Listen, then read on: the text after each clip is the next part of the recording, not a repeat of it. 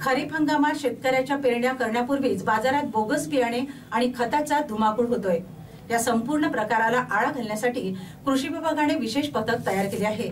त्यामुळे बोगस बियाणे, खत आणि औषधाची विक्री केली तर कृषी केंद्र धारकाचा परवाना निलंबनापासून ते तुरुंगात जाईपर्यंतची तरतूद करण्यात आल्याची माहिती कृषी अधिकारी यांनी दिली। खरीप हंगामात शेतकऱ्यांच्या पेरण्या करण्यापूर्वी बाजारात बोगस बियाणे आणि खताचा धुमाकूळ होतो।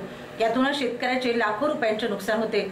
या संपूर्ण प्रकाराला आळा घालण्यासाठी कृषी विभागाकडे विशेष अधिकार आणि कारवाई करण्यासाठी स्वातंत्र्य बहाल करण्यात आले आहे। त्यामुळे पुढील काळात बोगस बियाणे, खत आणि औषधाची विक्री केली तर त्याची मोठी किंमत विक्रेत्यांना चुकवावी लागणार आहे। यात परवाना निलंबनापासून ते तुरुंगात जाईपर्यंतची तरतूद करण्यात आलेली आहे। अधिक नफा मिळवण्यासाठी खत, बियाणे आणि औषध कंपन्या स्थानिक पातळीवरील युवकांना हाताशी धरतात, छुप्या पद्धतीने बोगस बियाण्याची विक्री करतात। अशाच पद्धतीचे रॅकेट तयार करण्यात आलेले आहे। यासोबतच काही विक्रेत्यांनाही त्यांनी हाताशी धरण्याचा प्रयत्न केला आहे। त्यामुळे कृषी विभागाने सर्व कृषी सेवा केंद्राच्या तपासणीचे काम हाती घेतले आहे। त्यासाठी 17 भरारी पथकांची त्यांनी निर्मिती सुद्धा केली आहे। या भरारी पथकांच्या माध्यमातून संपूर्ण जिल्ह्यात तपासणी होणार आहे।